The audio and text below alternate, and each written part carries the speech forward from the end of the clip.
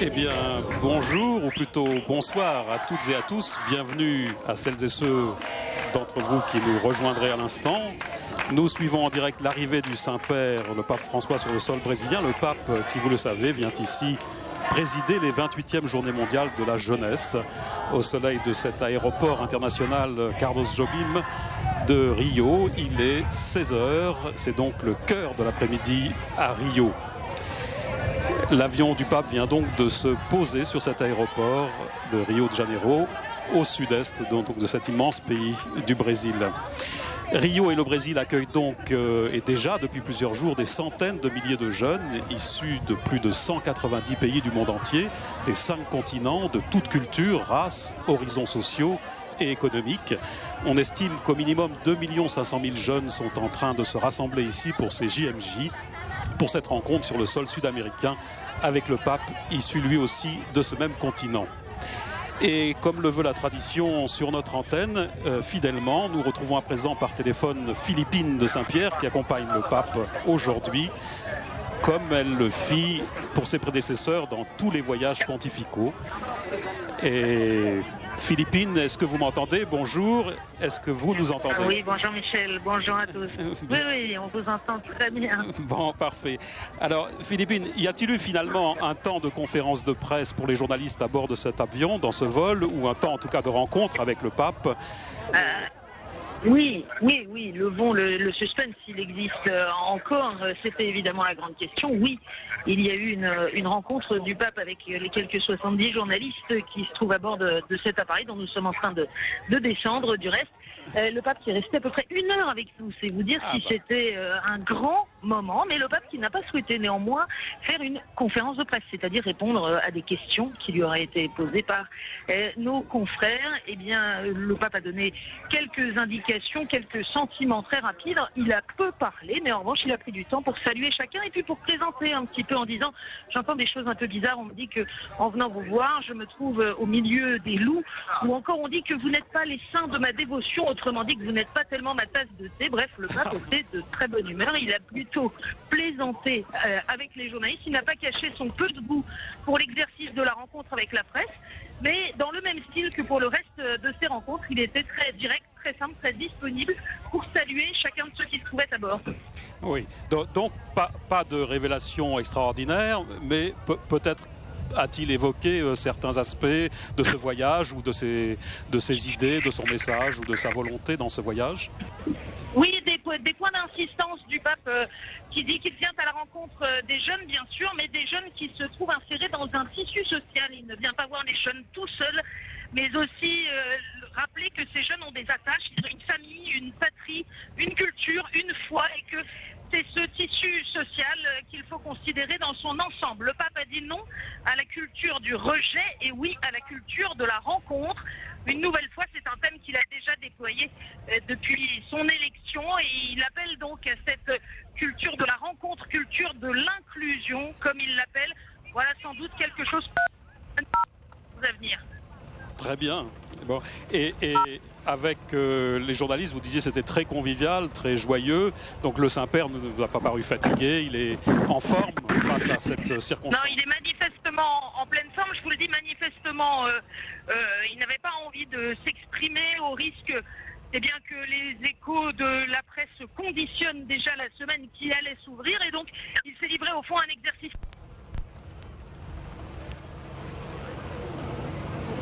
Oui, Philippine, à l'exercice, vous disiez. Philippine? Bien. Écoutez, Philippine, merci en tout cas. Nous nous retrouverons bien sûr avec vous tout au long de ce voyage, à différents moments, durant ces JMJ, donc par liaison téléphonique. Vous voyez à l'instant la silhouette du Saint-Père dans l'entrebâillement de cette porte de l'avion d'Alitalia.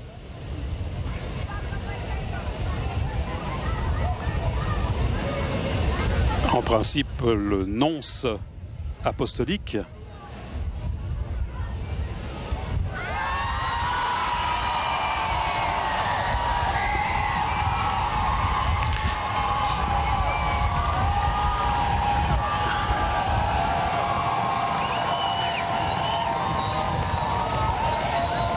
Allô, Philippine? Oui, je crois que nous avons Oui. été interrompus quelques instants. Oui. Le temps pour nous de quitter l'appareil, pour tout vous dire. Oui, Et c'est bien normal, à 9000 km de distance tout de même. Voilà. voilà, tout de même 9000 km. Et puis, vous l'avez vu et vous l'avez dit à nos téléspectateurs, une cérémonie d'accueil finalement réduite à sa plus simple expression sur cet aéroport ici à Rio, parce que c'est dans quelques instants, et ce qui explique aussi un peu la précipitation de notre propre sortie de l'appareil dans quelques instants, mais assez loin d'ici au palais présidentiel que aura lieu la véritable cérémonie de bienvenue. Absolument, tout à fait. Et alors, je vous remercie, Philippine. Nous allons maintenant suivre les premiers pas du pape sur le tapis d'accueil en compagnie de la présidente Dilma Rousseff. Voilà, le Saint-Père qui a reçu déjà un hommage floral par des enfants. Merci encore, Philippine, et donc un grand merci. On se retrouve À bientôt, Michel. tout au long de ce voyage. Merci beaucoup.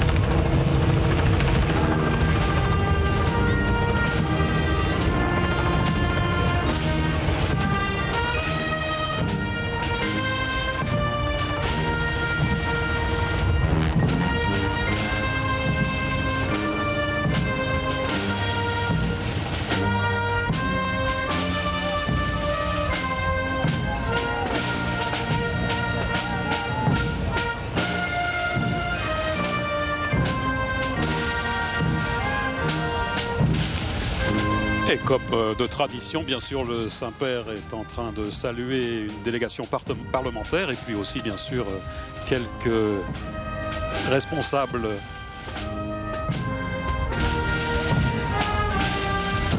de l'Église du Brésil avec l'archevêque de Rio.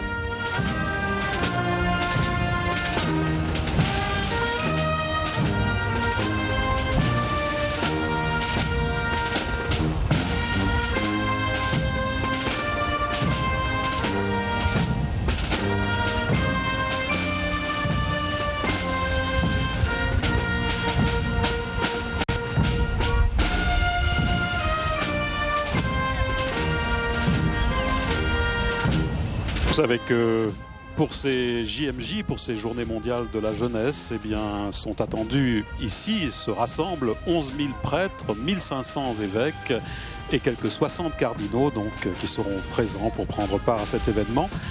Un mot sur le programme de cette 28e édition des Journées mondiales de la jeunesse et donc sur le programme également du pape François, un programme évidemment très dense, un programme composé de temps forts, de grands rassemblements naturellement, de célébrations liturgiques mais aussi de visites privées et publiques, un sanctuaire marial bien sûr avec Aparecida et puis un hôpital, une visite dans une favela entre autres, donc la marque du pape François qui est venu se couler dans les pas des JMJ dans le programme, bien sûr, initialement prévu, conçu pour le pape Benoît XVI, le pape émérite, mais où le pape François a voulu, bien sûr, prendre également ses propres marques.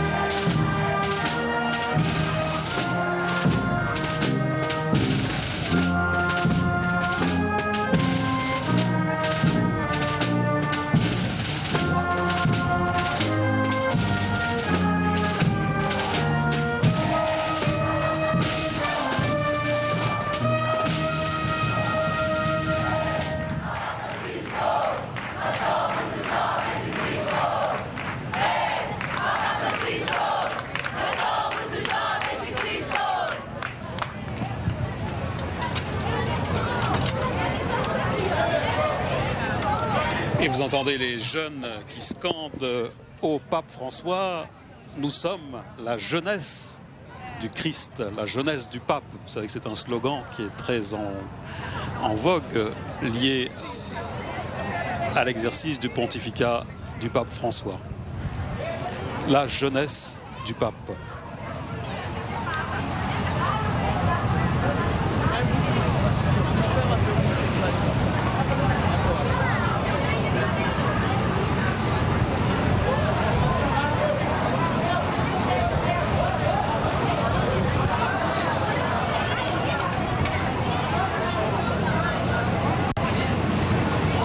Donc je vous le disais, aujourd'hui au programme cet accueil sur l'aéroport que nous vivons ensemble. Ensuite, le Saint-Père se rendra au palais du gouverneur de l'État de Rio de Janeiro pour la cérémonie officielle de bienvenue avec les hymnes nationaux et les honneurs militaires.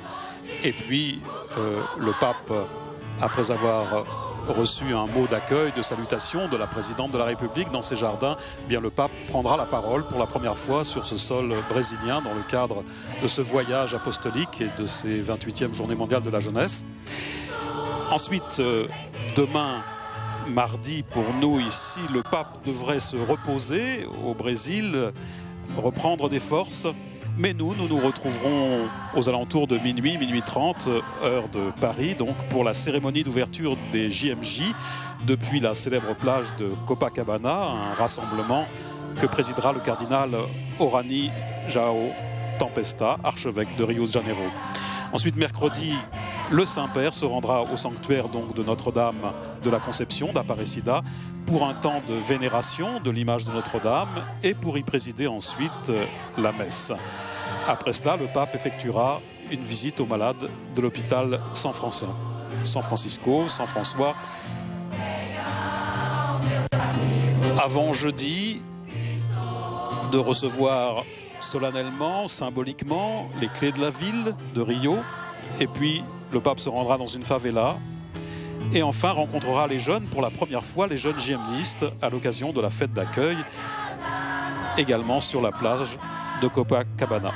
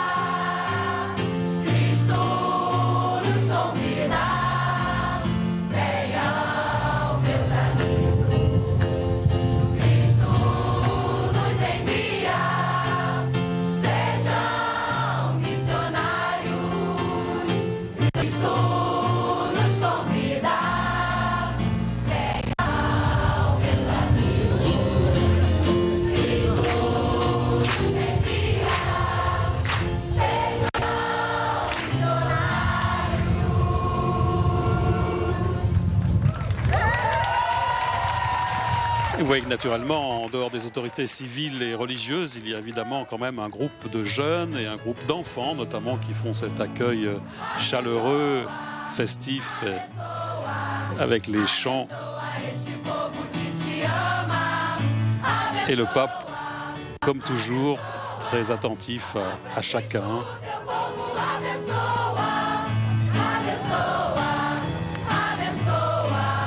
Abençoa este povo. Le Saint-Père qui, vendredi, célébrera la messe en privé avant d'aller confesser quelques jeunes dans le parc de la Boa Vista, non loin de sa résidence. Et puis, à 11h30, le pape rencontrera également quelques jeunes prisonniers à l'archevêché de Rio. Et à 12h, récitera la prière d'Angélus depuis le balcon central de l'archevêché.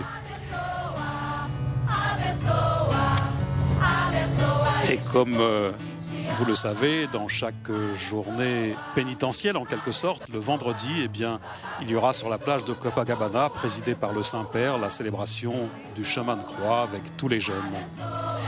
Samedi, la messe à 10h dans la cathédrale Saint-Sébastien de Rio avec les évêques participant au JMJ, mais aussi en présence de prêtres, de religieux et de séminaristes.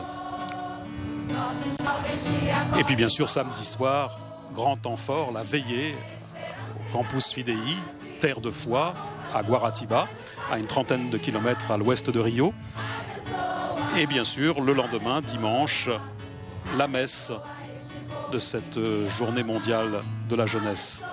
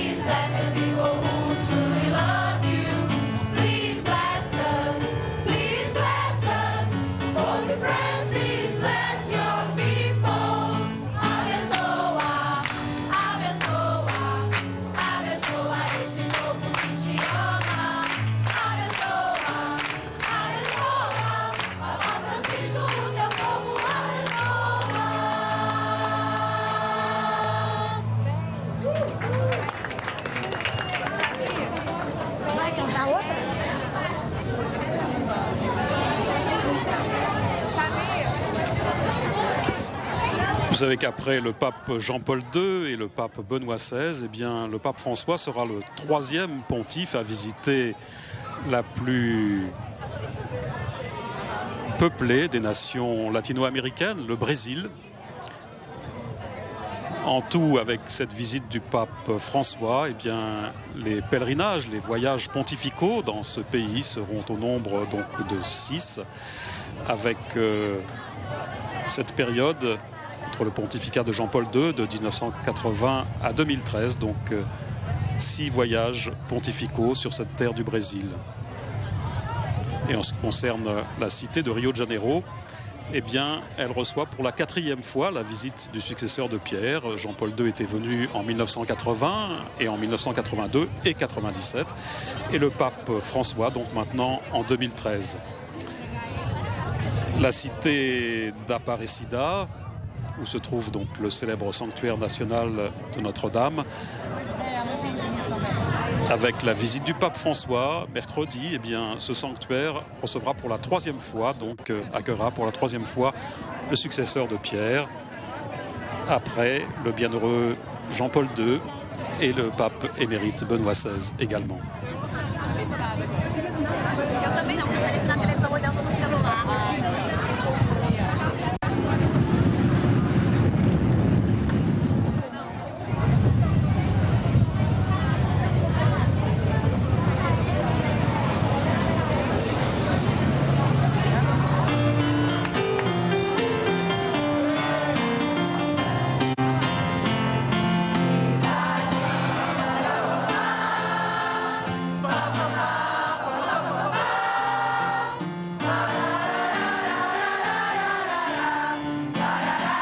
Voilà, et bien, vous voyez, après cet accueil du Saint-Père sur cet aéroport, au sortir de l'avion en quelque sorte, eh bien, le pape, après ce bref temps passé dans le salon d'honneur de cet aéroport Carlos Jobim, le Saint-Père va maintenant rejoindre le palais du gouverneur de l'État de Rio pour la cérémonie, je vous le disais, cérémonie de bienvenue, qui va donc se dérouler dans le jardin de ce palais de Guanabara, l'une des résidences donc officielles du gouverneur de l'État de Rio de Janeiro.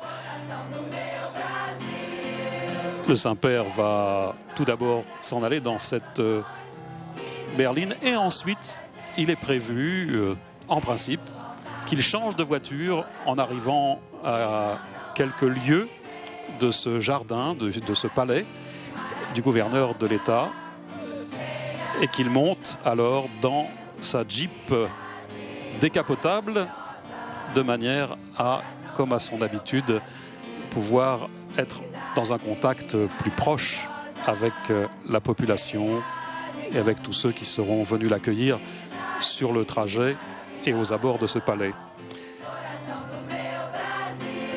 Eh bien, merci de votre fidélité en cette heure déjà tardive, mais nous nous retrouverons donc cependant aux alentours de 22 h, environ dans 3 quarts d'heure donc.